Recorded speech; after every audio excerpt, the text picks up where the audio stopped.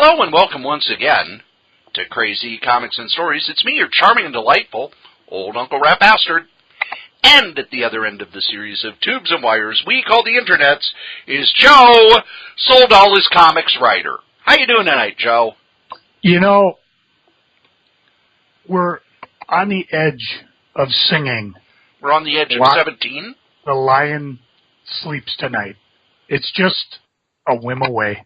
A whim away, a whim away, a whim away, a whim away. In the podcast, the mighty podcast. Oh, God, my shorts are tight. I will stick with the They Might Be Giants version of that song, by the way. Ooh, I might have to Google that after the podcast. In the spaceship, the silver spaceship, the lion takes control. Oh, I don't know about that. I do. We are a lonely. That's the critic. The only theme song I've got in my head is one about the not-too-distant future, next Sunday AD. Could it be? But that's not what we're here to talk about. Could it be Thanksgiving is coming? Usually, only if you're in the United States and once a year. And what happens on Thanksgiving, Joe? I go get White Castle hamburgers and prove to people that you can make stuffing out of them. Well, I also go to the Minnesota's largest candy store, but it's also Turkey Day. No, that doesn't mean that I give up being a vegetarian and eat a turkey. No, it means that somewhere there was a marathon of Mystery Science Theater 3000 running. Last year it was on Pluto TV, and it probably will be again. Maybe they'll even introduce the next season. I think I'll just turn on MeTV and watch Gunsmokes. Comet TV also is running Mystery Science Theater 3000. I still got all the videotapes you gave me that you never, now that they're all online, I suppose you didn't need them. You had everything except the obscure Channel 23 ones. Yeah, I put them all on DVD. But they're showing them, they look much better if they're not a second-generation video copy. Very true. But we don't talk about MST3K. Well, we do. We do. But the question is, there's a question. We left you. You were still in a cabin in Illinois. No, now, not a cabin. Are you still there? Not a cabin. My parents' house. Oh. Now Now, my parents' house looks like a barn, and I don't mean, I mean it's shaped like a barn. It's shaped like one of those old red barns, but it's wood, stained wood. It's really beautiful, and I spent a lot of time out on the deck. I did, however, venture out once, Joe. And? I went to Macomb, Illinois. That sounds like a hotbed of nowhere. It was. It's where I went to college. Also, the town I was born in. And, Joe, you went to the U of M, right? Yeah. Now, were you one of those people when you went to the U of M who wore a college shirt and all that stuff? I don't recall buying one. I never did. I never wanted one. But, we were going to Macomb to meet my niece and her husband and their new baby, who is named Scarlet Lydia, so I, of course, call her Lydia. Lydia, the tattooed lady. You're going to take her out and get a tattoo. I'm going to get her a lot of tattoos. But I said, nostalgia hit, Joe. Mm-hmm. Now, I could have went to the college bookstore and bought the T-shirts that are $25 and the hooded sweatshirts that are $75. Am I that stupid with my money?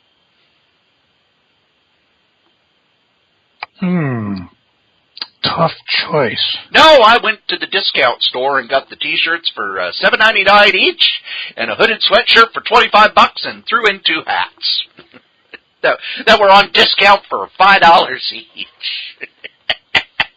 I shop for clothes the way I shop for omnibuses. Buy. Bum. I buy them dirt cheap. I also stopped by where I worked when I was in college. I worked at the movie theater in college, but it's gone. Well, yeah. No, it's gone. obliterated. Torn down. And never replaced. Nope. The restaurant next to it when I was a small child was Mr. Steak, which was my mother's favorite restaurant in the world. And seeing that it was also obliterated kind of made her nostalgically sad. So we told stories of when I was a child and going to Mr. Steak. Also, the comic shop that used to be there, Journey Comics, it is now gone. Aww. But it is replaced by a gaming shop that has comics called A Boy and His Tiger. I think I've heard of that. Which, nice little gaming store. They had some decent comics, but very much a gaming store. A lot of board games going on. Very bright. A lot of light coming into the store, not like the two comic shops, because Journey once was underground, then it moved above ground. In most places, it was always very dark. But no, there's a lot of open windows, a lot of open spaces, a lot of parents and kids, people playing those European board games. Very, very busy on a Saturday afternoon. And then Sunday morning, I got in the old car and rambled back up here to Minneapolis. He's a rambling guy. Oh, yes, oh, yes, oh, yes. And I had to stop at the world's largest truck stop. Well, of course. You have to. It's the law. It is. It's kind of like going to Waldrug. You can tell the difference between true patriotic Americans and other people by if they stop at the world's largest truck store, Waldrug. I'm trying to think of anything else outside the Midwest area, maybe. Joe, I have a confession. Yeah, I think you confessed it already. You used to be Catholic, right? According to my dad, once Catholic, always Catholic. Okay. Can you please... According to my dad, if I spit on your forehead and make the sign of the cross, you are now Catholic. Oh, so it's kind of like how the Mormons can make somebody Mormon after they're dead. I thought of it more like a zombie plague, but yeah, very similar. So, will you please take Cory's confession? Lad, this is going to cost you. I've never been to Waldrug. I just said I had, so people would think I was cool. I was going to call you on it because we ran the videotape and we did not at any single time see you there. That's because when we drove by, myself and my sisters were all, oh, Waldrug 40 miles, oh, Waldrug 20 miles. Well, yeah, they got the sign space almost perfectly. And then when we drove by, we were like, why did you stop at Waldrug? Dad said, I thought you kids were kidding. Of course, now he has admitted, he's like, I'm not stopping at that goddamn place. That's just a tourist trap. I stop at all the tourist traps. I think that's just a thing that dads have to say. We're not stopping there. That ain't happening. I stop at every tourist trap. When my son was very, very little, he loved it. Then when he was a teenager, he hated it. Now, he loves it and he does it himself. But, the last couple of days I just kind of kept reading. I read 2 Max Allan Collins novels that were not comic book related. They were good little political action thrillers. Read a whole bunch of Hellstorm. I read the entire Warren Ellis run of Hellstorm. One of the most fascinating things about that run. Did you ever read that run of comics, Joe? I have not. So it starts with Raph Nieves and Michael Baer. And they do the first 4 issues. Then Len Kaminsky, who was kind of the guy who always cleaned up everybody's messes, came in and did some. And then there was a cliffhanger, and the next issue was Warren Ellis, and he completely ignored the cliffhanger. Utterly ignored it, never resolved it. And the cliffhanger was that Damien Hellstrom had finally gone to hell to fight his father, and they were face to face. And then the next issue, nope. Yeah, we'll never know. It was so cool, the Warren Ellis. And in the letters page, he was like, yeah, I didn't like that. Didn't like that story, didn't want to do it. Brilliant. You could do that back then, I guess. Let's see. Didn't read much else, but I did learn something from my parents on Saturday. Mm-hmm. Joe, did you know that there is a show on the cable TV that is basically live cops? I wasn't aware of the cable TV. I know we've heard it like online and that you can tap into their radio feeds. No. This is video. Dynamic. This is video with someone in the studio who's like, all right, when we left New Orleans, somebody had been pulled over for a license problem, and now the police have discovered that there's marijuana in the car, so let's head over there and see what's happening. And they did all night. Because I was reading, and they kept watching it, and it was like 11 o'clock at night, and it's still going. It's like, I'm going to bed. I've seen enough shirtless white guys for one lifetime. Shirtless white guys missing teeth. So that was my vacation. Then I came back, and it's right back into the old the old feed. What did you do while I was gone? So you didn't stop at any comic shops? You didn't find any more kitschy things on the way up to stop at other than the truck stop? Well, the Boy and His Tiger. Just one. Oh, he passed all those comic shops, and he's missed them all. I wanted to get home. It was Hell in a Cell night. That's what you Hell got in a Cell. Hell in a Cell. Hell in a Cell. Which is something I will probably be doing tomorrow. Hell in a Cell. Hell in a Cell. Humbug. Oh, it was awesome. It was brutal. Shane McMahon's insane. Shane McMahon is just insane. He jumped off the cell through the not the Spanish announce table, the regular announce table. And as he's doing it, it's like, oh, this won't be pretty. Nope. But no, I just kind of wanted to get home. Cool. That's usually how I am, though. When I go somewhere, I will explore. On the way back, it's like, I just want to get home. I think it depends on what I would want to look at on the way home. I'd probably get to Minnesota and like, okay, I've seen everything in Minnesota, let's bolt home. But there's still places, Iowa side, that I wouldn't mind stopping at, especially in Dryersville. I kept telling Cory he should stop, see the Field of Dreams, and actually get a picture of coming out of the corn. When I was there, the corn was like maybe as high as my ankle. Just not quite the same. But someday I'll get down there in the fall. Someday. And then, of course, they've got I think they used to have a Ertl factory there, so they had all their die-cast, overstock or damaged ones there. So, and since I open my toys anyway, since I'm a sick guy, I don't care if they're damaged anyways. So those are two places and I'm curious as to what other comic shops are in Iowa, because when I was with Chris, my big thing is she let me stop at Metropolis, Illinois. And, of course, I let her stop at every 12, I think there were 12 wineries around the area. Wineries? Wineries. Yep. Okay. And she sampled it all, and since I was driving by the time we got back, she was really basted nicely. She was really sleeping. No, that came later. It was just glad I was driving.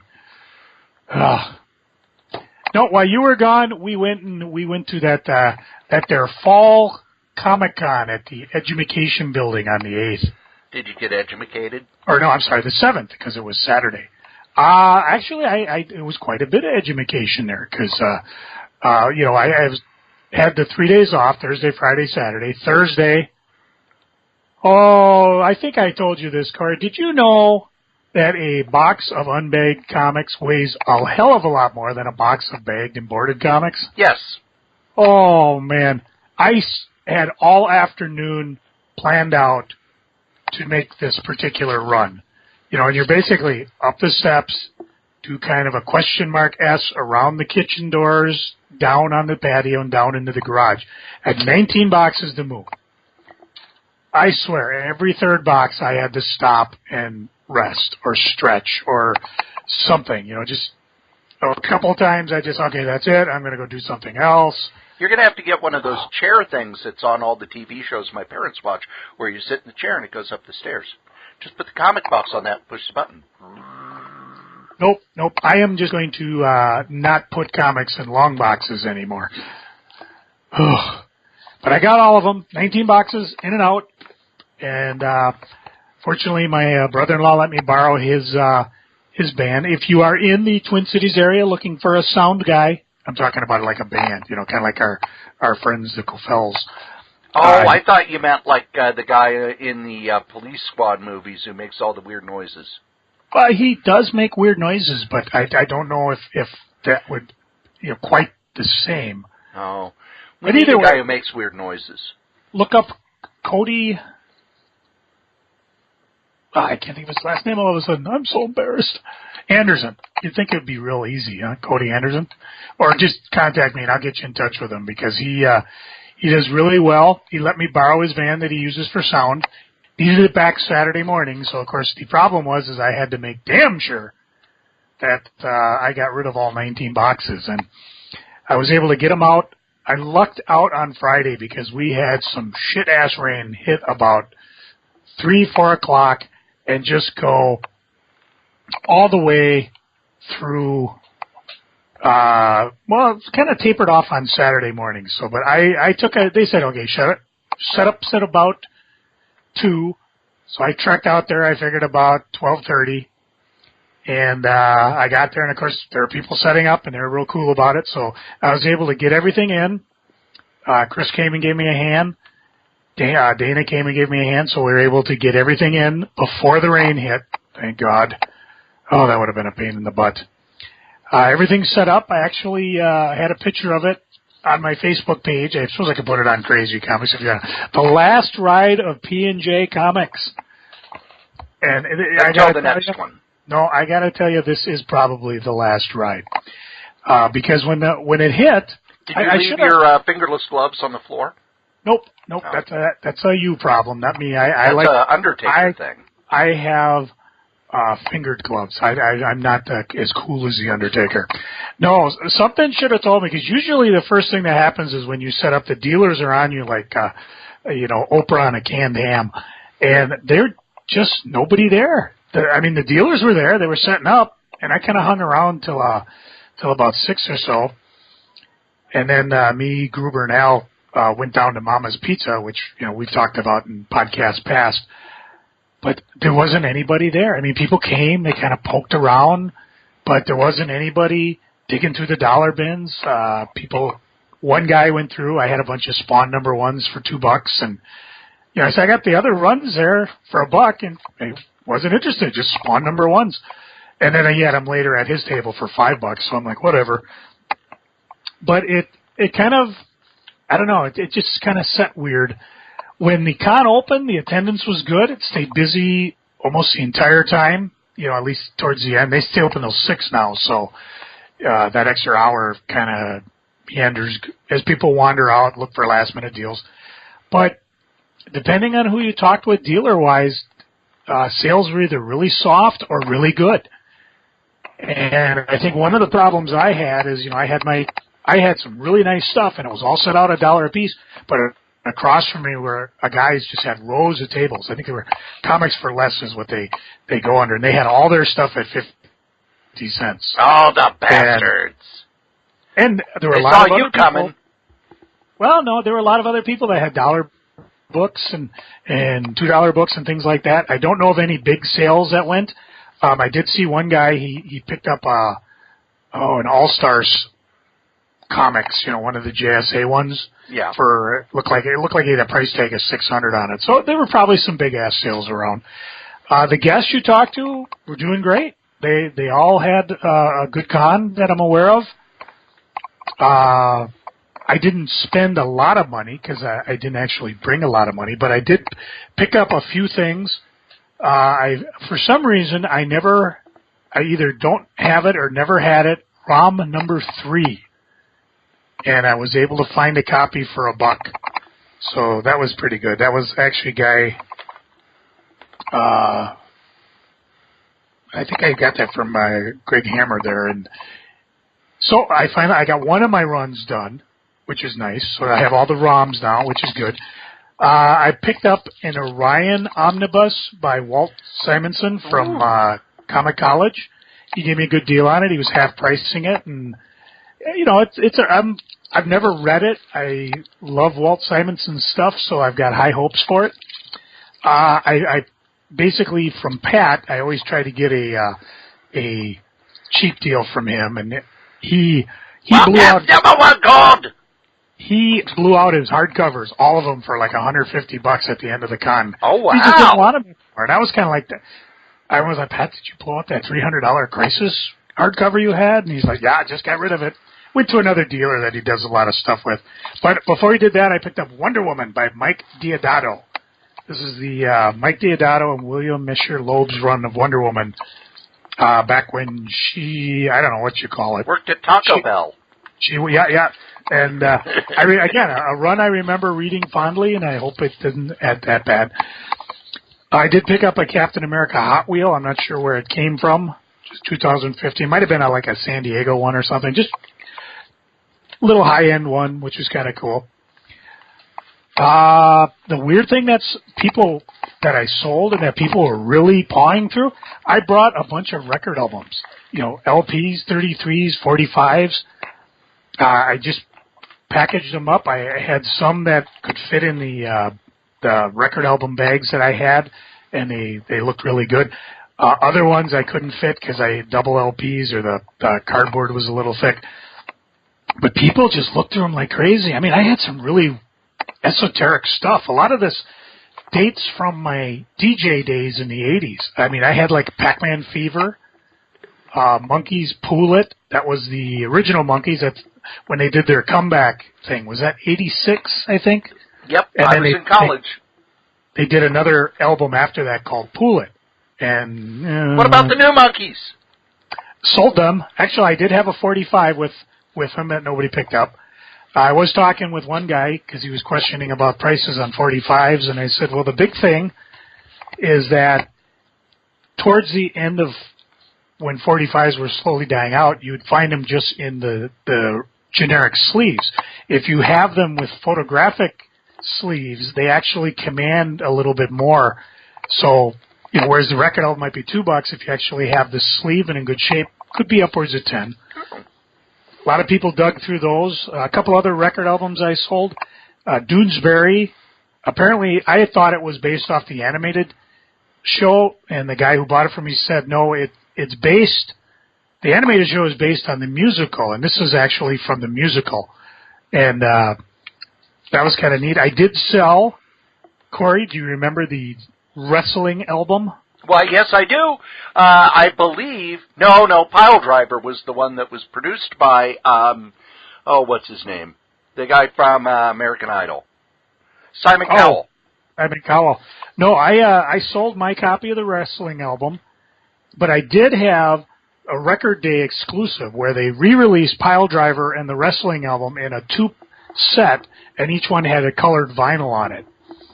Record Day is kind of like Free Comic Book Day. The difference being is that they allow record stores to buy their exclusive records and sell them on that particular day. And I think there's a local comic book day that floats around every so often. It's kind of a similar thing. You can buy exclusive comics to sell on that day. I bought this particular one off of eBay because when I called the local record store, most of them either didn't order it or ordered just one copy. Not realizing that the wrestling guys would all come in looking for it. Because I could have sold about 20 of them, but I didn't buy any.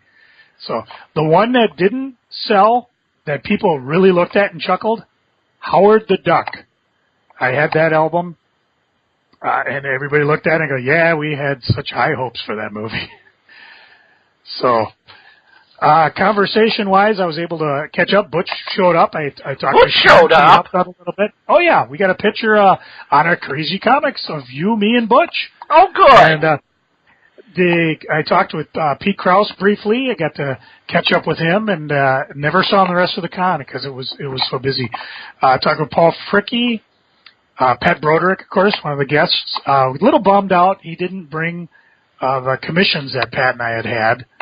But to be fair, I did not realize he lived in Tampa and got a little a little sidetracked when a certain hurricane come rumbling through.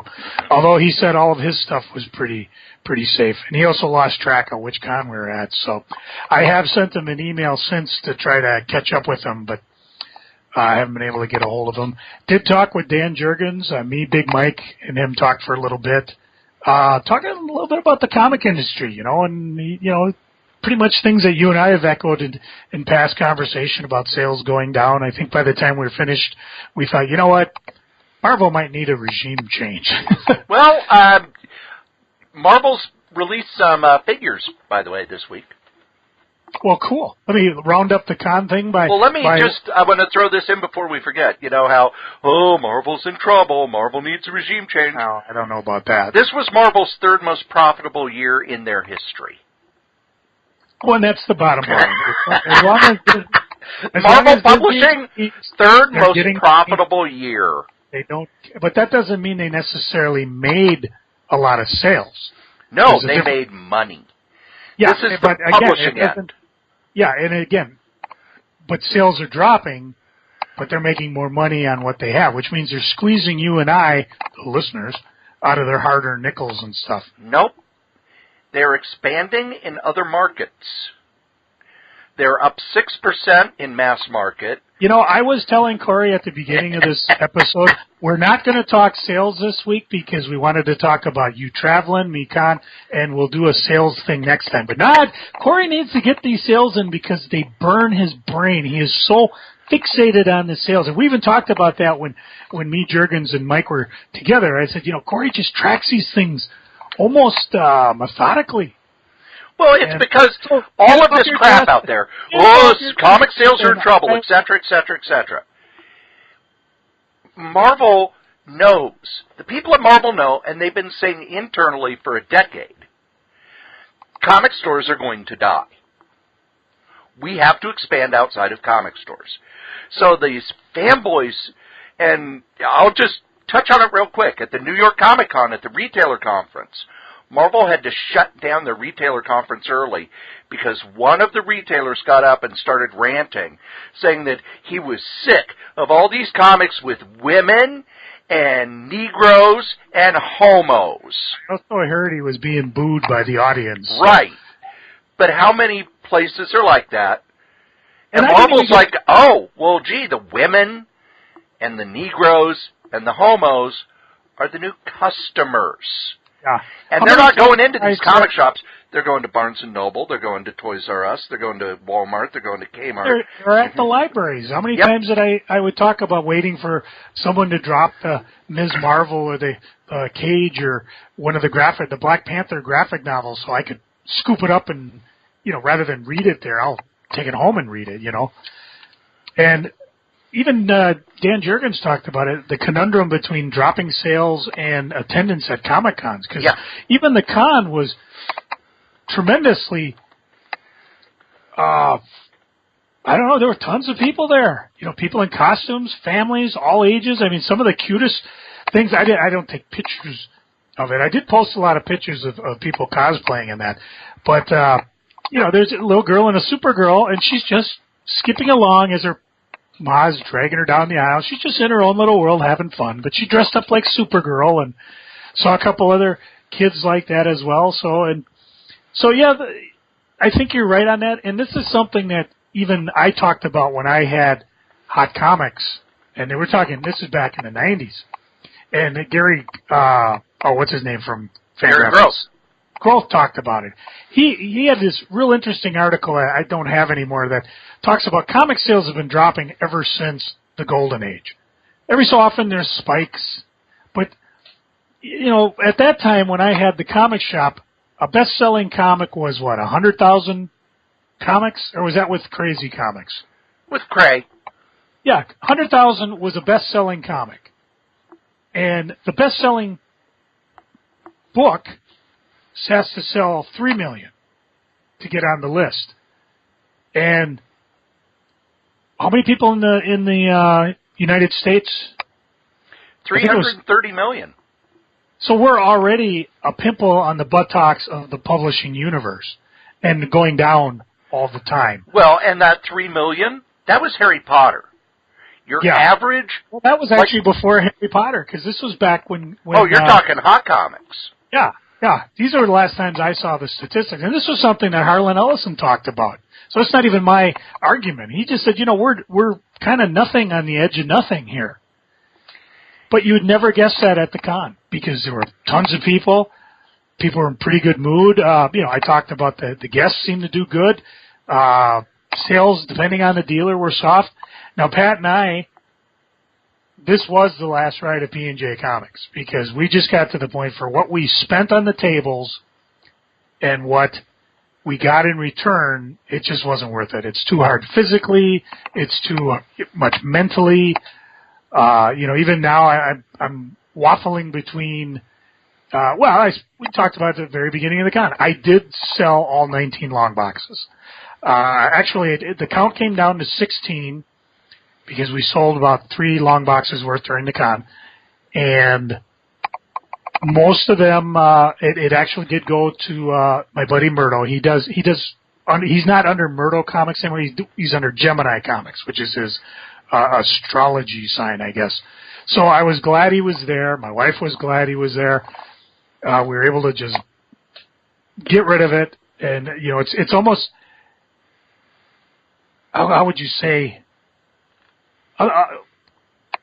I've been working this since January trying to get this going. And when it's done, it's almost a relief, because it's like, this is all gone. This is stuff that either I don't care about or things that don't have an eBay value.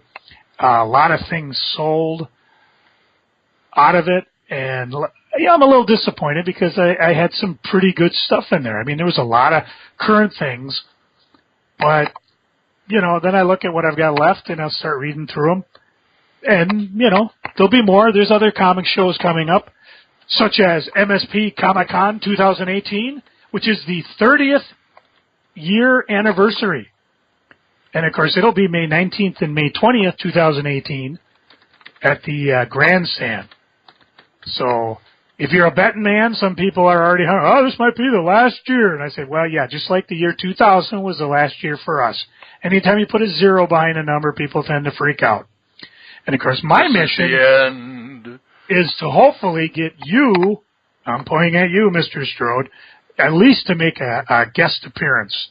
Because it'd be nice that everybody that's at least alive that had something to do with MCBA could at least, or maybe we should just get a large cardboard cutout and I could just put you right behind the charity table. Oh, I like that. So, either way. Are they going to be there? If we can find them. Some of the people we can't find, some guys like Al Payne, he's busy working Dynamite. So, mark those days down. We'll talk about it here and there coming up, but really, they're not putting advance tickets on sale till April 1st, so we got a ways to go. April 1st? Yeah, well, it didn't really matter. What happened is people, they started January 1st, and then what it is you get your verification that you paid for advance tickets, and you show it, either print it out or put it on your phone. Well, a lot of people lost it. So they figure, just push it forward so you don't have, a half a year to miss advance tickets. And, the people who are prone to do that will do it anyways.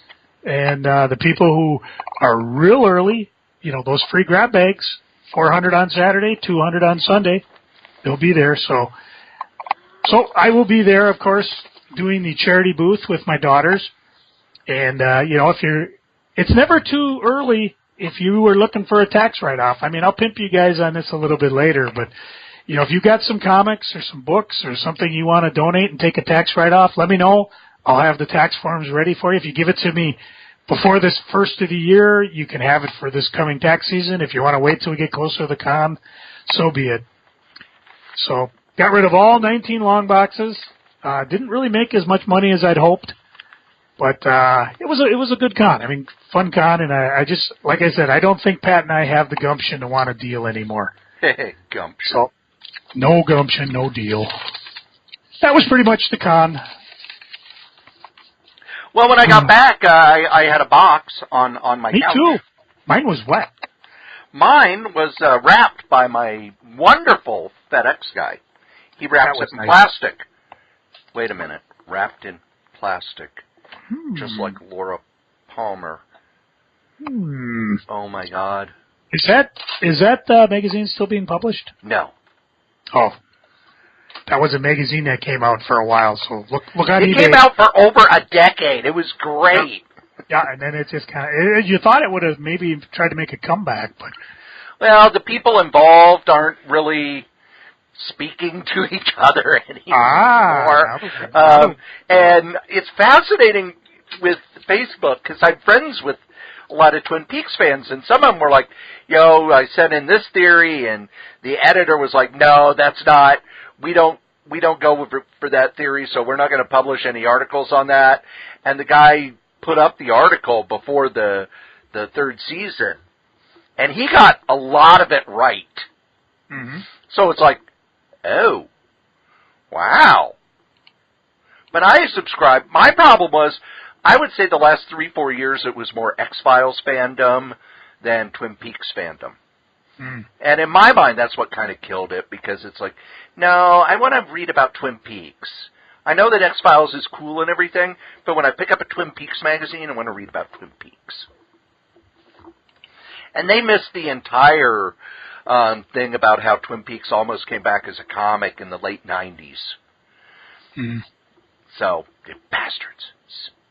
That's too bad. I mean, they still got G-Fan coming out, and there was a Planet of the Apes one for a while, which, did the same thing. It's like different theories, different, there isn't one that's overall.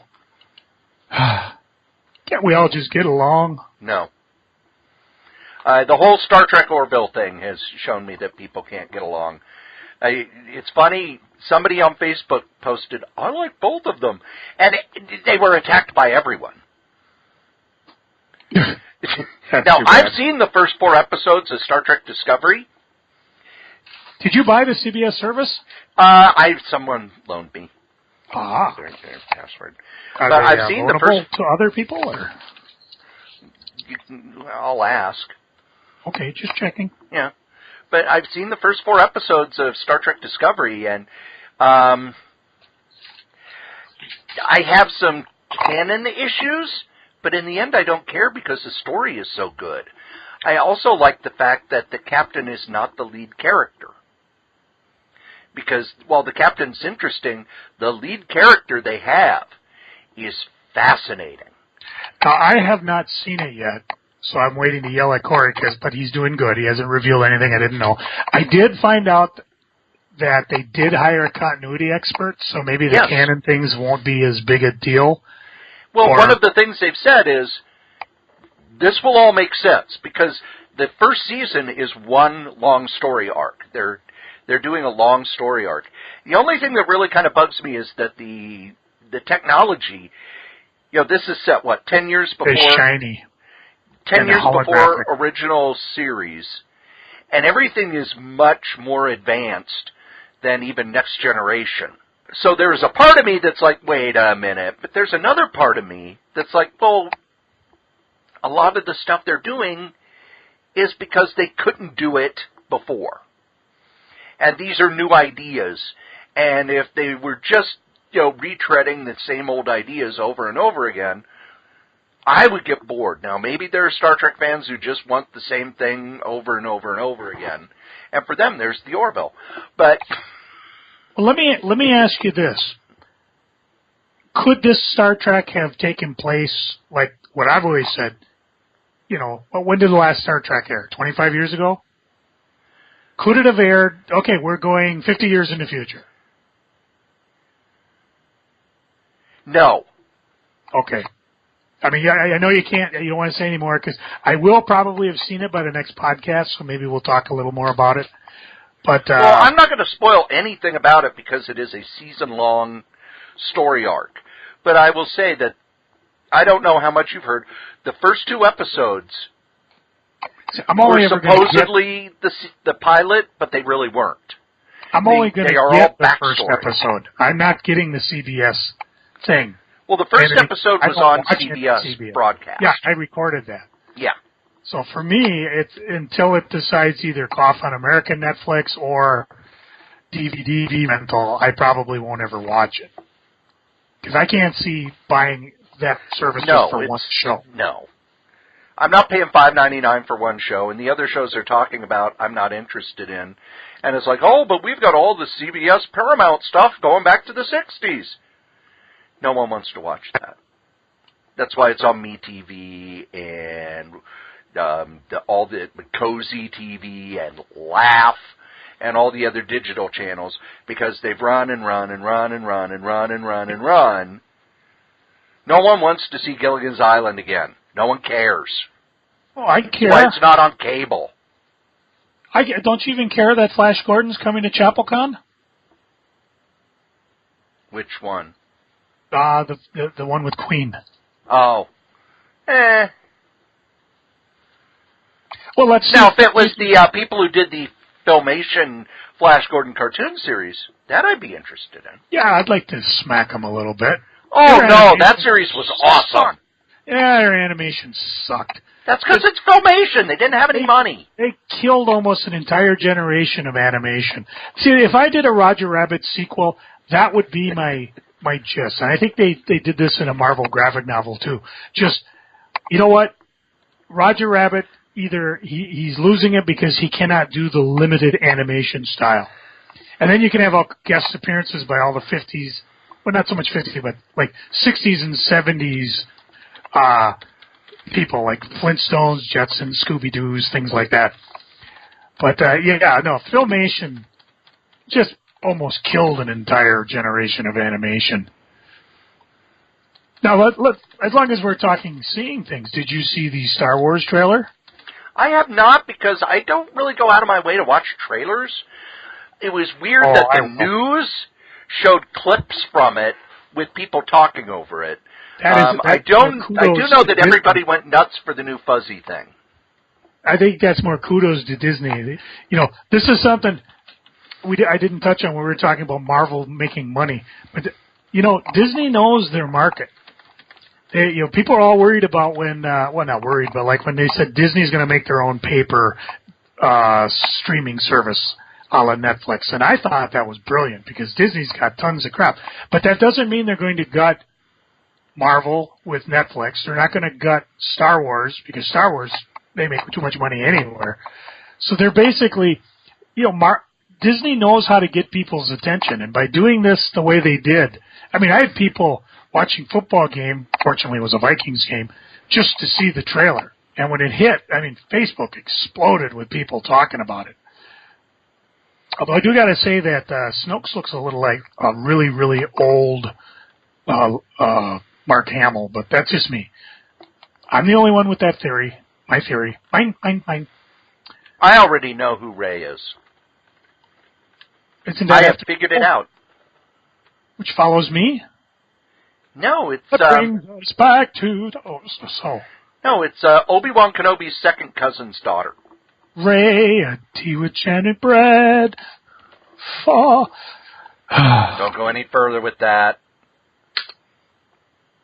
Well, you and Julie Andrews still have the restraining order? No more. You can say fa, but you can't finish that word. Oh, you're going somewhere I wasn't. Seriously. That's because I've been listening. That's because I'm a filthy, dirty human being. Oh. Well, what was in your box that you loved? Oh, I've got a ways to go to catch up with you, but I told you I got the Orion Omnibus, so I got 2 Omnibus. Oh, what's the other one? 2 more, I should say. I got the Punisher. Yes. Which covers everything from Amazing Spider-Man 129, his first appearance. No, that's not the Punisher Omnibus I got.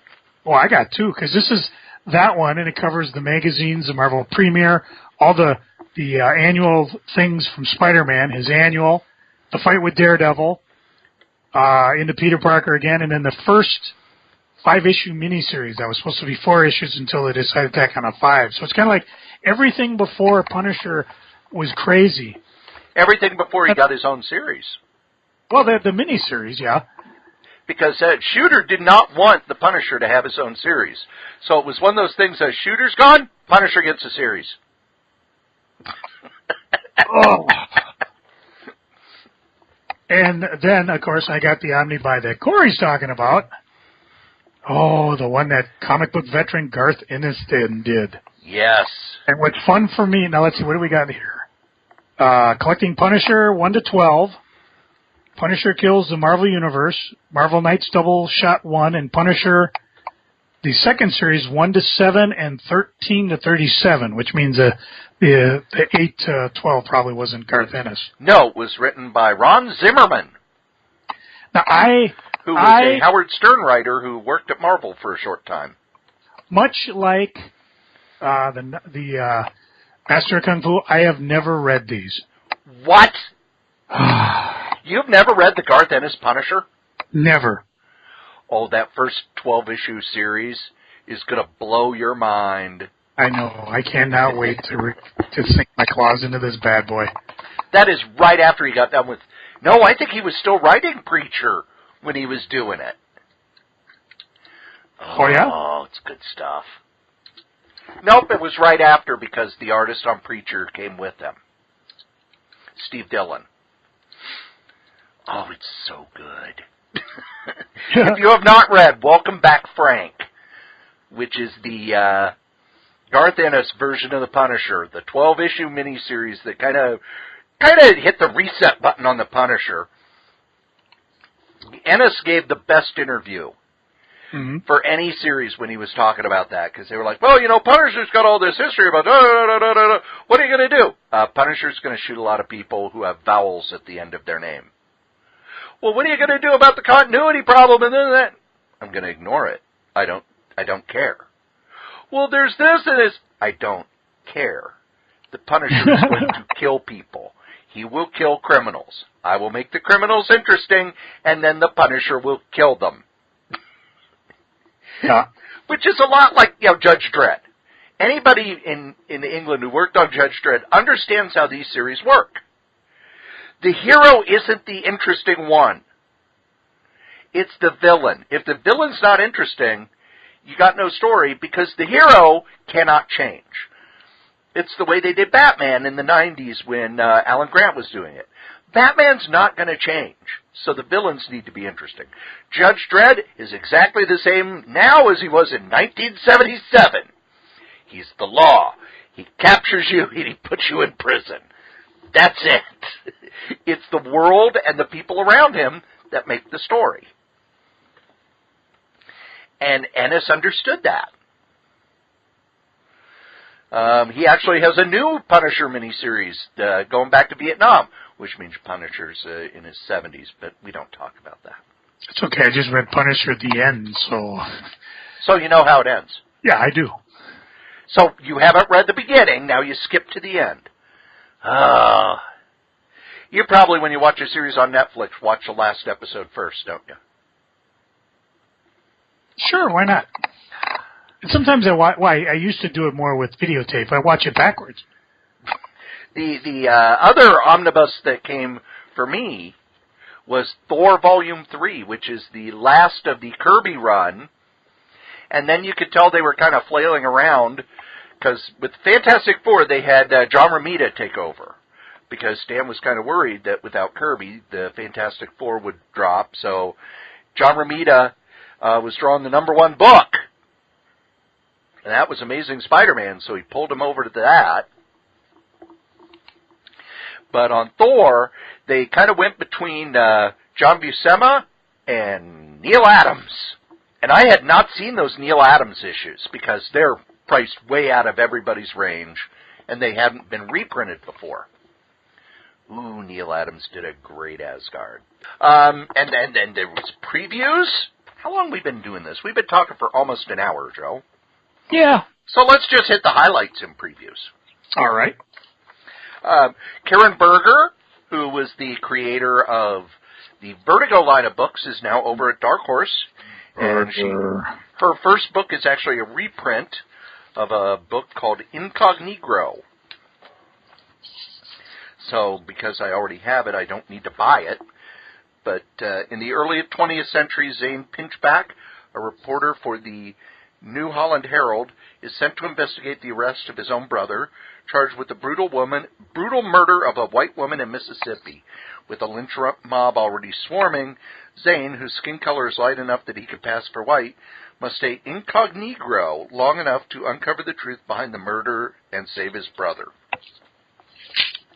Hopefully that it's not going to be all reprints. This is one that really, I'm kind of surprised it went out of print because it was a very good book. But they're starting with this one. And really, that's about all I saw from Dark Horse that jumped out at me. For me, American Gods hardcover. Because I really want to read the series. I wasn't going to pick it up in the comic book form. So the fact that they're coming out with a hardcover, I think that's the big one. And, of course, American Gods is the outstanding novel that Neil Gaiman did, and now it's a Starz TV show, and now it's a comic book. Let's see. Over at DC, Superpowers by Jack Kirby. They're reprinting the first 2 miniseries. Joe asked me why they're not reprinting the 3rd miniseries. Because he didn't do it. That's right. Who was it done by? In my opinion, they weren't that good. I was going to say sucked, but I wasn't a fan of it. The 3rd one was by Carmine Infantino.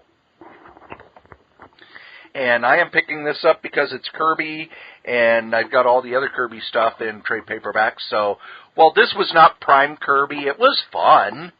And it's the only chance you're ever going to get of Jack Kirby drawing everybody in the DC universe, including a very strange version of Batman. For me, I'm looking at Lobo by Keith Griffin and Alan Grant. Some of the books that I had that disappeared in the dollar sale were some of the Lobo ones. I was raving about Lobo's Blazing Chain of Love earlier, and I don't have a copy of the convention special anymore, so this would be a cool way to get it. And I'll probably continue with the Supergirl Silver Age Omnibus, since I got the first one. And that basically covers her early appearances, mostly in action. Actually, all in action. She was kind of like the backup feature. And then when I have the action books, then I can turn around and sell the ones I have on eBay. There you go. I just need to read. I don't need to have them all. Over at Marvel, there were 2 books that jumped out at me. First one is the Vision Director's Cut. Before the Vision was 2 trade paperbacks. They have since done what is known as a Director's Cut, which is the first 12 issues, plus some extras and scripts and things like that. From what I've heard, there are no extra scenes, so it's not really a director's cut.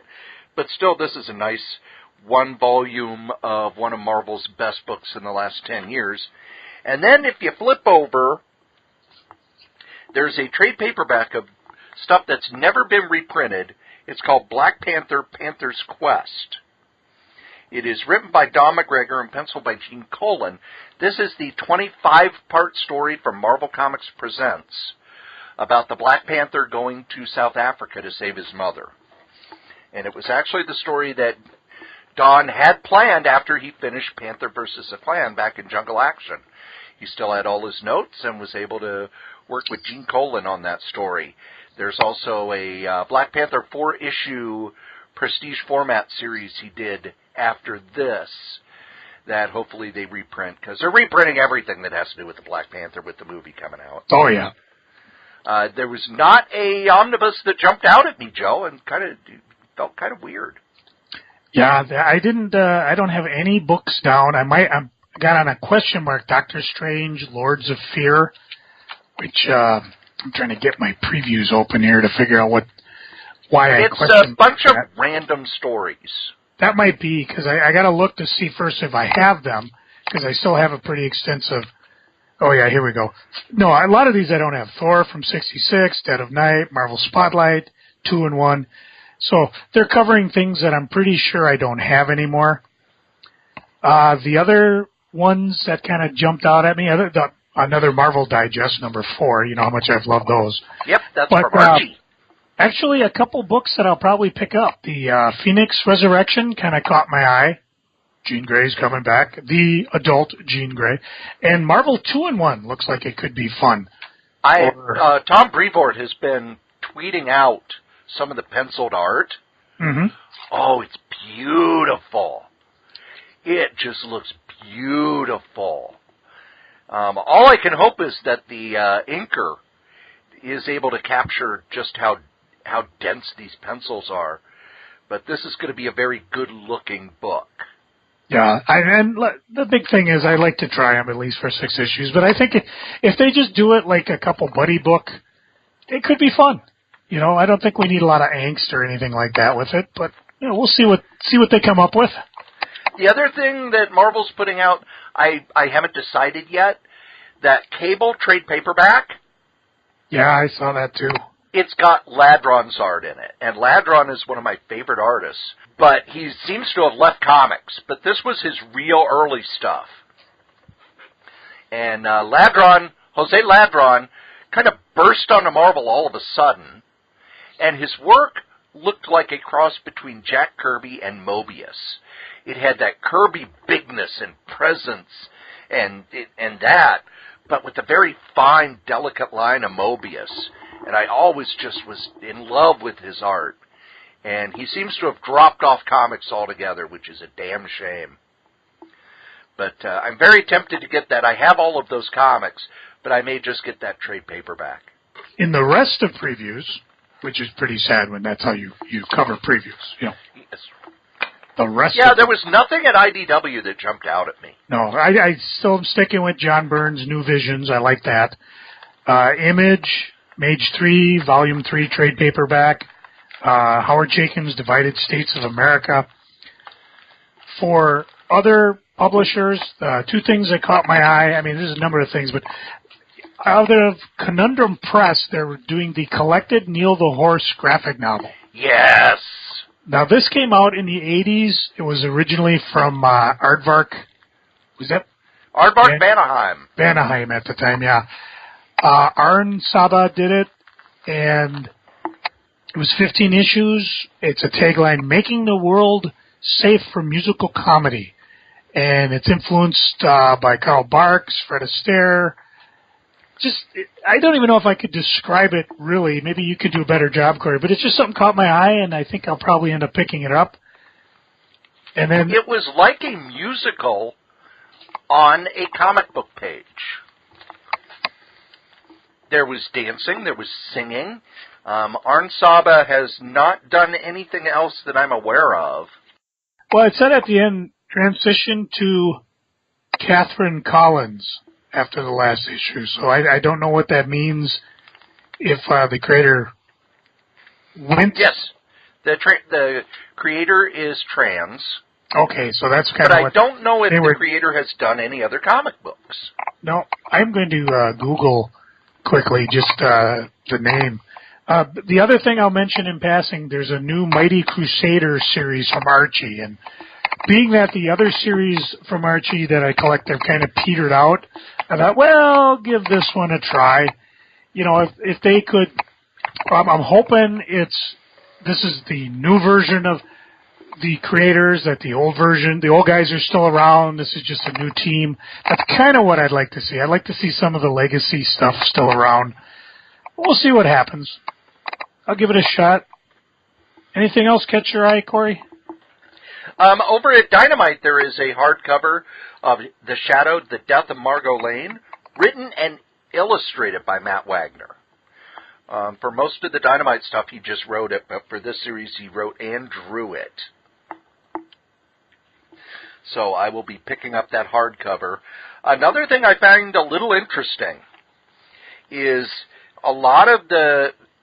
I don't know if people follow the EC reprints as much as I do, but the EC archives, at first Russ Cochran was putting them out himself, but he ran out of money, so he partnered with Dark Horse. So as they go out of print at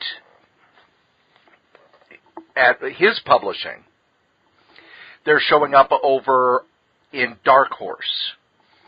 So if you're looking for your EC archives, they're in 2 places. But I wanted to point something out, that there were people who were talking about the Pictofiction books online and how basically treating that box set as if it was gone. You know, oh my gosh, it came out and there's no way to get it. It's in every previews every month. And for what you get, it's a bargain because it's 4 books for $150. And while you're saying, oh, no, it's the big slipcase shot directly from the original art. The other thing is this has issues and stories that were incomplete. That it took a long time because Russ Cochran got the releases from the artist, or in some cases the artist's estate, to print this stuff. Because what happened was, when EC ran out of money, they just, okay, I guess they printed up 100 issues of the 2 books that were done, and the rest were just, okay, I guess all we're doing is Mad. He was able to assemble all the stuff that was partially done.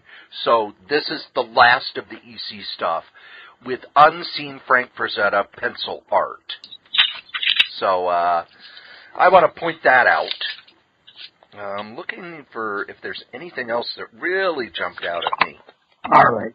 Here's the dish for Katherine Collins.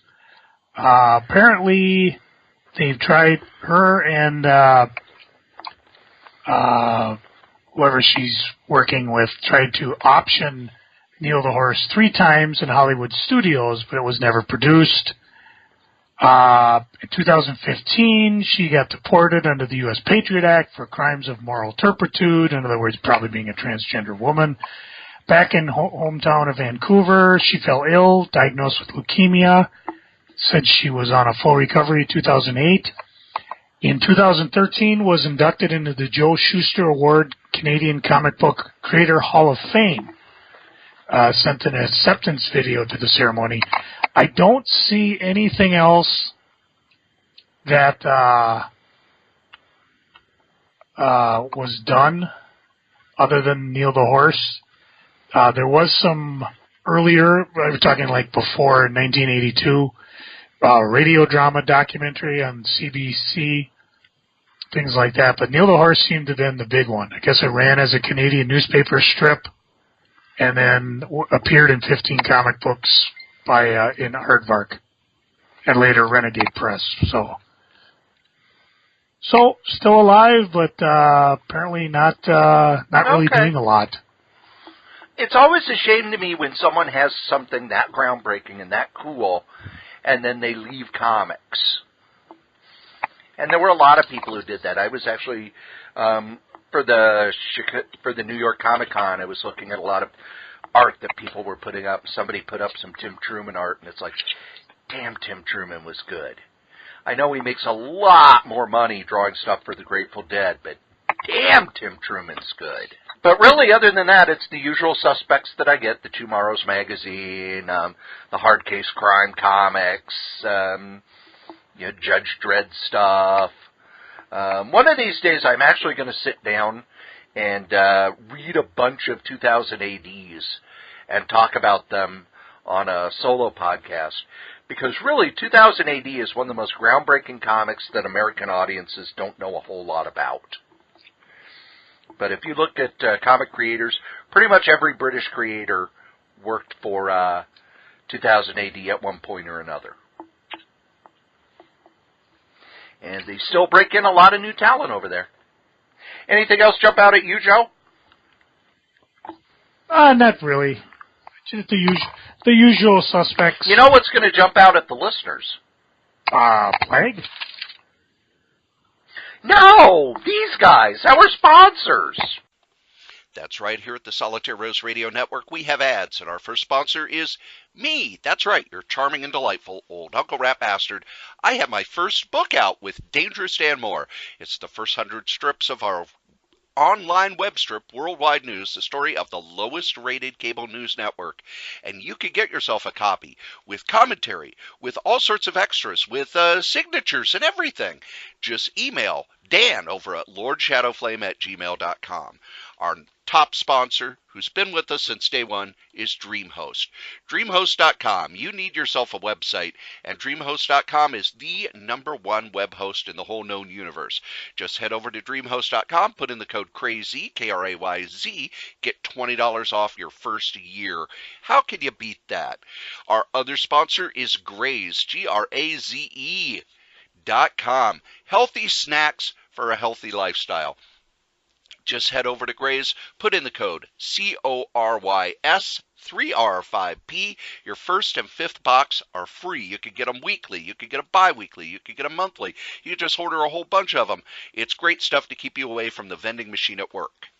Now, if you would like to leave a comment for any of the podcasts that we do, we'd love those. Go ahead and email us at solitairerosenetwork@gmail.com, or you can call 952-856-0519. Operators are standing by.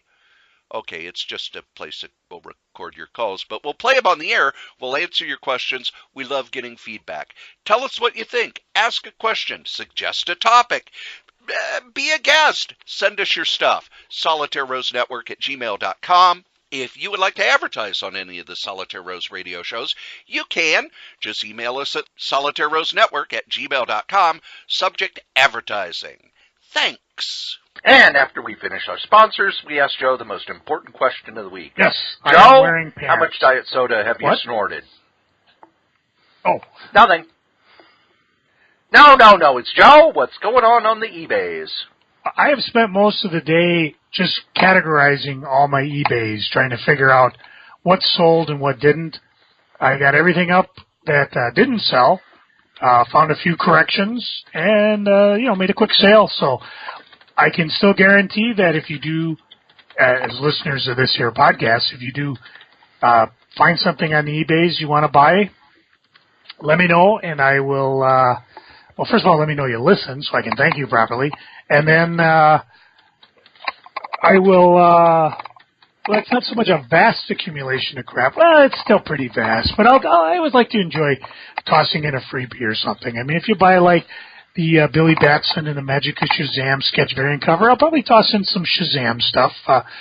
And I made a deal with Dangerous Dan Moore. He picked up some books for me, and I got a couple copies of Worldwide News to maybe pepper into some lucky listeners. So you got that going for you, which is nice. Meanwhile, over here, I have basically a long box full of comics that I'll be scanning and picturing and putting back on, including some stuff from my daughter, Holly. So she kind of broke my heart. Here, Dad, here's my collection. Just sell it. She'll still read, but, she's got boyfriends and swing dancing and a job and wants to buy a car. And I have some of that. I have a car. Yeah. And not me buy. Yeah. Crazy, KRAYZ. Come get some.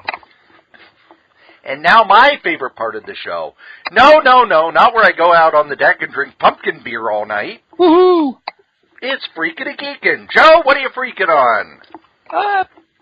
Pretty much the things I covered already. Con didn't do as well as I did.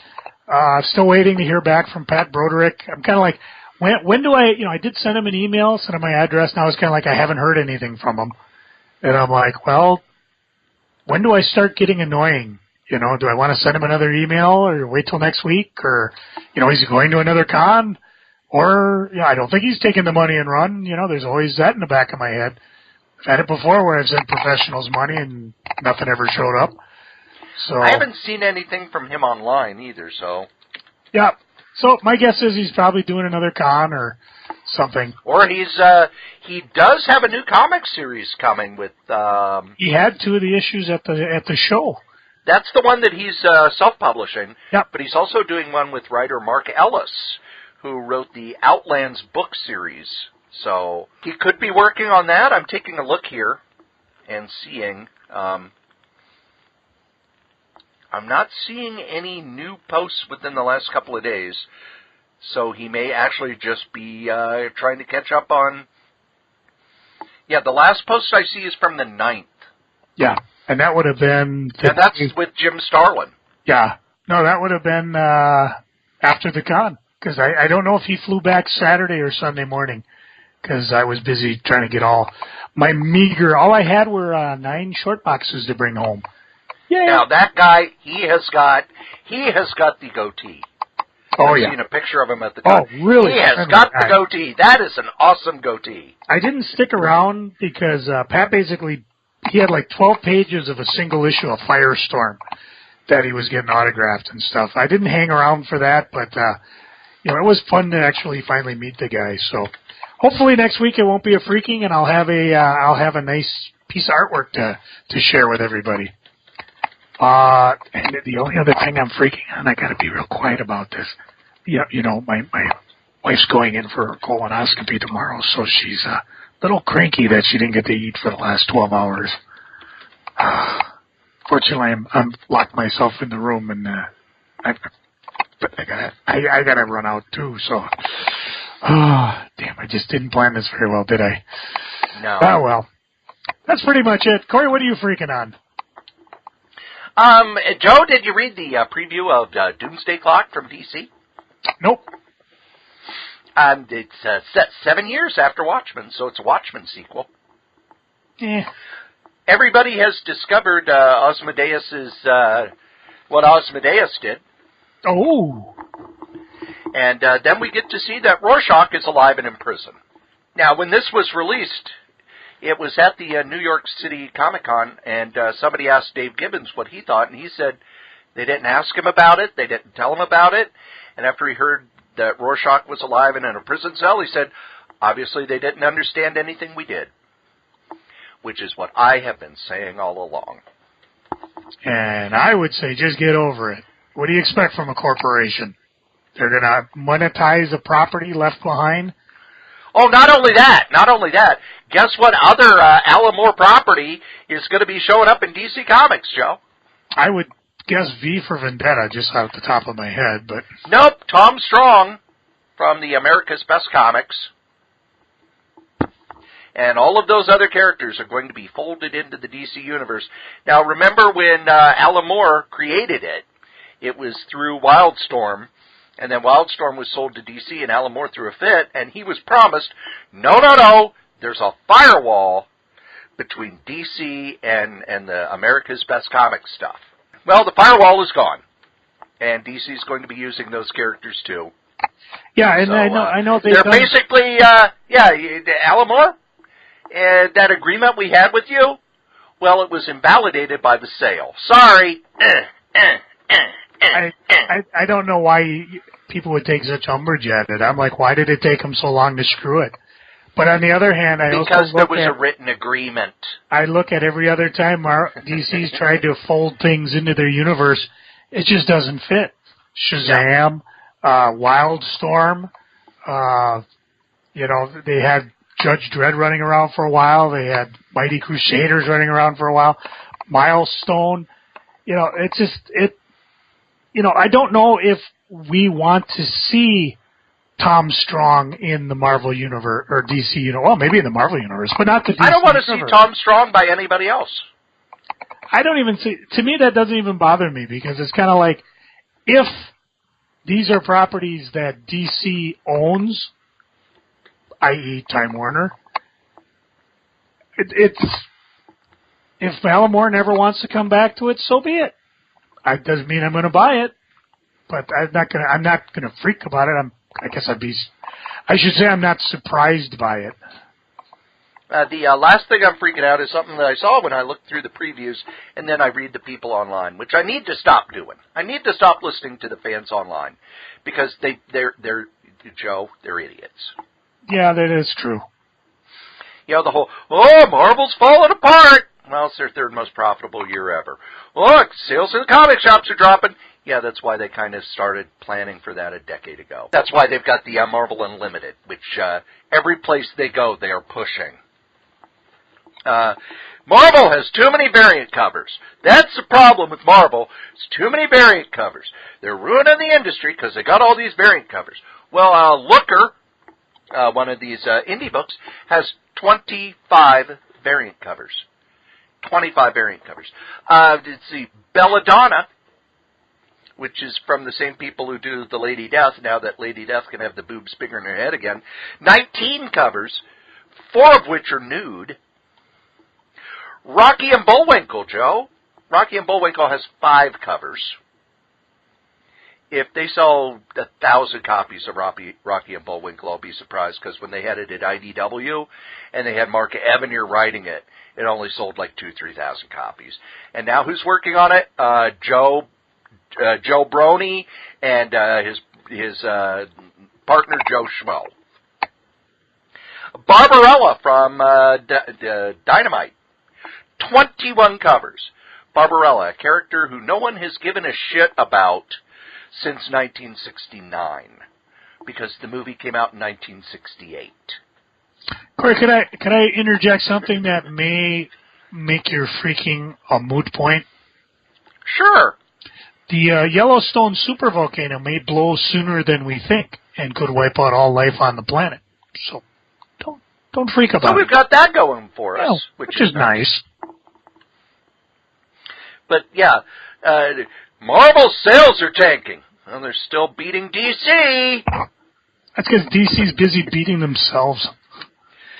Marvel's taking all their characters and nobody wants them anymore. Well, the Justice League is selling less than Spider-Gwen. Ooh, I like Spider-Gwen. So do I. Whenever I get a commission now, it's Spider-Gwen. Joe, I'm going into a dive. Pull me out of it. Tell me what you're geeking on. Well, I hate the idea of the deadly wildfires in California, but the marijuana farms are burning too. Police had to disperse the crowds facing upwind.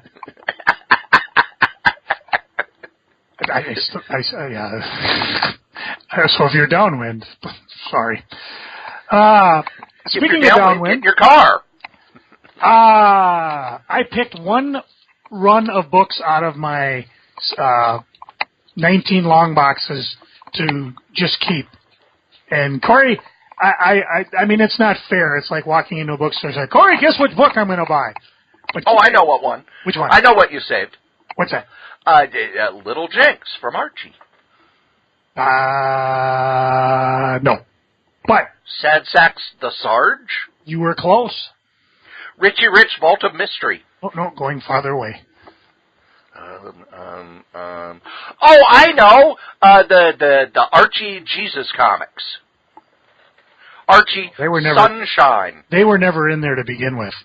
And definitely not the girl who loved the swastika. That's for sure. Yeah, those you need to get slabbed. I pulled out my run of Chronos. That's the series. Oh yes. Yep, the Man Out of Time. And the reason I put it in to begin with is because I couldn't find all the issues. I was actually missing one. And even though I'm missing one, I pulled them out anyways. I need the number 9. Number 9. Number 9. Number 9. Number 9. Number 9. And I just figured what I love about this series was the opening where the Beatles are on stage, the Pete Best version that is, and they're like, have I gone, hey, is that Puck Waller there? He's there another night. He looks considerably a bit older than the last time he visited. So, but it was a short-run character, kind of disappeared. I have no idea if he showed up in the New 52 again. Who wrote that? Was that Tom Pryor? Let's see, John Francis Moore. Oh, okay. And it looks like his name stays in it. Paul Tynan did the art. Yep. So I figured I love that book. I will go back. I thought that was an excellent comic. It was a fun little run. I also got my copy of Slobberknocker, My Life in Wrestling, from Jim Ross, and I ordered it through, let's see if I can find their name, Premier Collectibles. So I actually got my copy autographed by Jim Ross. And kudos to Jim. He actually signed it in such a way that it looks like his name. Oh, good. As opposed to sometimes it's just such a... Did he spill barbecue sauce on it? Oh, that would have been an excellent idea. We could talk to our friends over at WrestleCrap Radio and see if you could get Angry Jim to sign it. Oh, now we're talking. But, yeah, this is Jim Ross, My Life in Wrestling, as told to Scott E. Williams, and JR probably knows forgotten more about wrestling than most people will ever know. and he's I've so far. I mean, I've only got a few chapters left, but I've just been plowing through the book. It reconfirms some story I know. He started early on in the Territory days. Yes. Unlike some of the last two people I read, he actually had a good family life. Not personally, because he let wrestling kind of take over for the most part, but it's really kind of fun read. Definitely worth picking up if you're a fan of this here wrestling, that Cory and I is. Boomer sooner. I did see and enjoy the Star Wars trailer. Just give me hype to go see it. People at work are already like, oh, they're just redoing Empire Strikes Back. And I was like, you've been waiting 2 years to say that, haven't you? I said, you realize trailers, when you finally see this, is going to have nothing to do with the way you think it is. Even the sites like what we learned from the trailers, all those goofy articles. I've read a few, and it's like they don't have any more clue than we do. Normally they can give out a few things like, oh, this is kind of cool, or this is cool. But I'm telling you, man, Disney's playing this perfect. By the time Avengers movie rolls next week, we are going to be nosebleeding. So they do it. And then the Thor movie comes out. Yes, it's going to be that. The Justice League, which people aren't very positive about. People I'm talking about, non-comic fans even. But I'll go see them all, and who knows, maybe Cory and I will go catch them. If we ever get free on a Tuesday night, we can go catch those $5 movies again, because my new RDOs starting the end of the month will be Monday, Tuesday, Wednesday. So maybe I can go back to seeing some movies. Now with my 19 boxes gone, I actually got some room. I'll be putting more stuff on the eBays, digging through some more stuff, so hopefully we be talking comics. I mean, real comics, not just, sales and abstractions in the next coming podcast, because now I can start plowing through things that I kept to read, and if they suck, well, there's always the eBays. We'll always have eBay. Cory, what are you geeking on? Joe, have you been to the grocery store within the last few weeks? Well, actually, I was there yesterday. I had to pick up a bunch of clear liquid stuff for my beloved. Did you walk down the cereal aisle? Well, of course. I mean, that's like a toy aisle for us. It is the most glorious time of year. The monster cereals are back. Blueberry, Frankenberry, and Count Chocula are back. They do not have the retro boxes. They do not have Fruit Brute and Yummy Mummy, but still, I have loaded up and am now ready for the coming year, because once it gets to November, they're gone. So you got to load up for the whole year. I also remember, Joe, when we went to Candyland and I asked for the French burnt peanuts. No. And then I've gone to other candy stores, and some of them have it, and some of them don't. And when they don't, I get that look on my face. You know that look on my face. That look on my face after I've cleaned someone's house, and they don't want me around anymore. The boo-boo face. I went to Amazon, and I ordered a 5-pound bag of French burnt peanuts for $15. And I have a big container, and I just poured them in. I have enough French burnt peanuts for at least a week, maybe 2. And, of course, because I was in Illinois, I got the world's greatest potato chips, the kitchen-cooked potato chips. My parents bought me 4 bags, and then I stopped at the grocery store and bought more. Now, did you bring me one like I asked? $15, little man. Put that shit in my hand. You probably don't want to say shit when somebody's doing the colonoscopy thing around here. So, shh. Yep, next time I see ya. So, snack-wise, I am all set. My parents also sent me home with 4 pies. They know me. They like you. They really, really like you. Yep, they liked having me around. I didn't do much of anything on my vacation other than read and relax. I didn't even watch much TV. I'm actually seriously thinking about getting rid of the freaking segment, because I'm pretty sure you've unrelaxed after that last freaking rant. Well, once I read that story from the New York ComiCon of the retailer losing his shit, and, other people were booing and Marvel shut it down, but let's face it, Joe, there are a lot of comic retailers like that. There are a lot of comic what retailers you could like do that. is, and we have talked to them.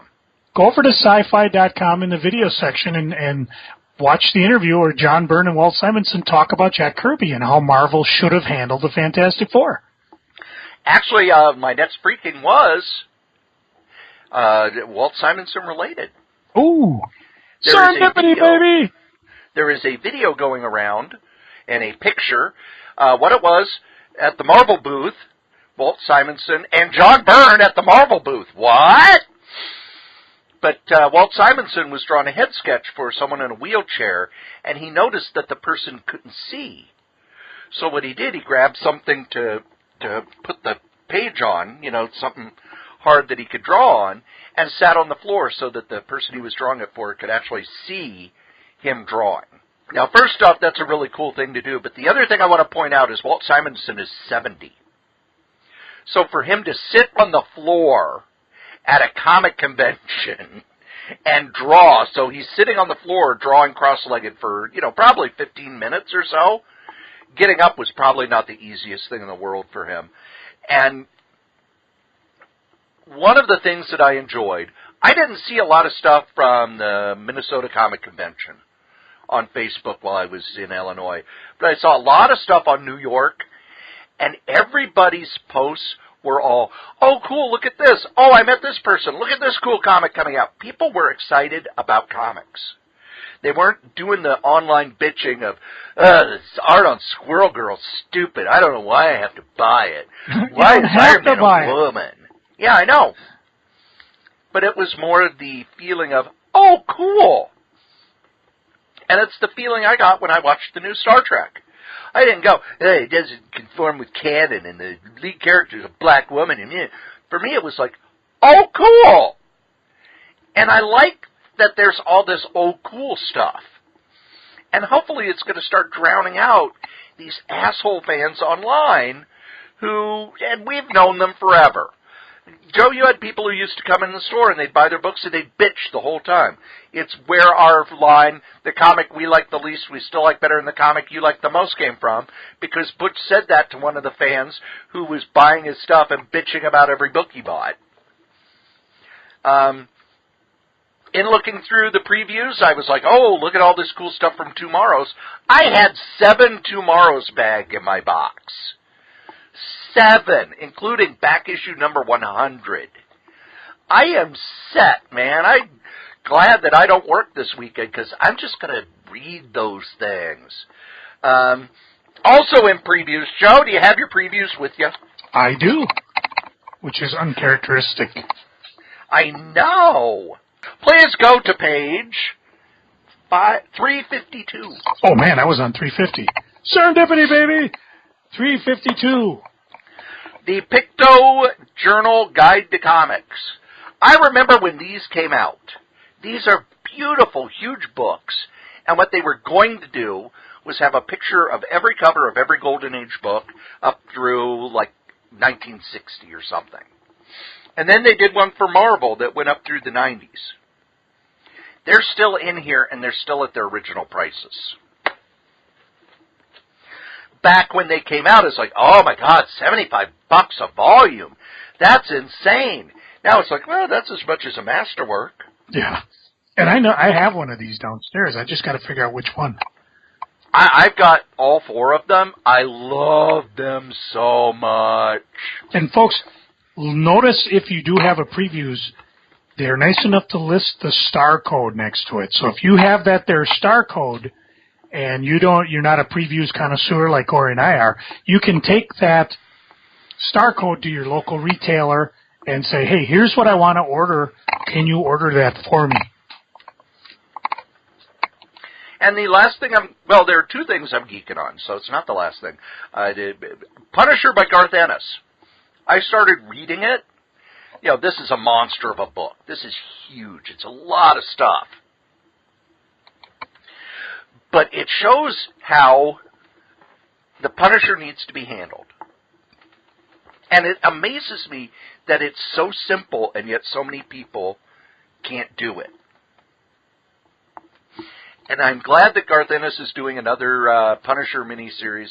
I kind of don't like that it's another one of these set in the Vietnam War ones. I'd rather have him do kind of a modern take on the character and just kind of continuing the story. But I understand he likes doing war stories. But the fact that Marvel not only did this, but is keeping this great work in print, we've got to really thank Marvel and DC for the fact that they're keeping all of this excellent stuff in print. Because you could go to a comic shop and pretty much, later this year and probably through the end of the year, we're going to be doing our favorite comics of different eras, the 60s, 70s, 80s. You're going to be able to buy all of them. All of them you're going to be able to buy somewhere, somehow, in a trade paperback, in a hardcover, something like that. And I just always want to point out the fact that this is unique in comics history. You could go to a comic shop and, I want to read Little Nemo in Slumberland. There it is. I want to read Little Abner. There it is. I want to read I want to read all of EC. There it is. I want to read The Early Mad. There it is. We've got just this amazing plethora of stuff. Ooh, say that word again. Plethora. Ooh. I get the shit. And the last thing I'm geeking on is I read Marvel Legacy. And for what it is, it's one of those where, okay, this is a starting point, and all this stuff's going to be spinning out of it. Marvel and DC have been doing these for a while. DC did it with Rebirth, and they did it, what was the thing that started for Infinite Crisis and everything, where everything kind of spun out of that. I like these books because it makes me excited. The Avengers of 100,000 BC is a fun idea. The fact that the Celestials are coming is a fun idea. I'm looking forward to this stuff. Marvel's Legacy did its job. It got me excited. Just like Rebirth, we went into it going, and it got me excited, but now it's just kind of, okay. But Marvel Legacy's got me excited, and it gives me hope that someday, and you and I talked about this, someday somebody will go, the Martians haven't invaded Marvel Earth yet, and they were supposed to do that already. Yeah. Let's do that! Well, believe it or not, kids, you've listened to us blather on about funny books for an hour and a half. Thank you. And as we say every week, the comic we like the least, we still like better than the comic that you like the most. Joe? Well, I didn't want to do it. This could be the end of the podcast. Forever. Cory, finish the sentence. Duck, duck. Goose. Oh! Game over, man. It's over. It's over. The whole Grey Duck thing is a Minnesota-only thing. It's my music. People are weird. I don't want to hear it. You people are weird. I don't know you anymore. It's my you music. You say ish, you eat hot dish, don't you? Oh, you're so hateful. It's not hot dish. It's a casserole. That's why it's called a casserole dish, not a hot dish. Oofta. Cory, you're what they call Katrina when she forgets she left her blade. A sword loser. Get my music.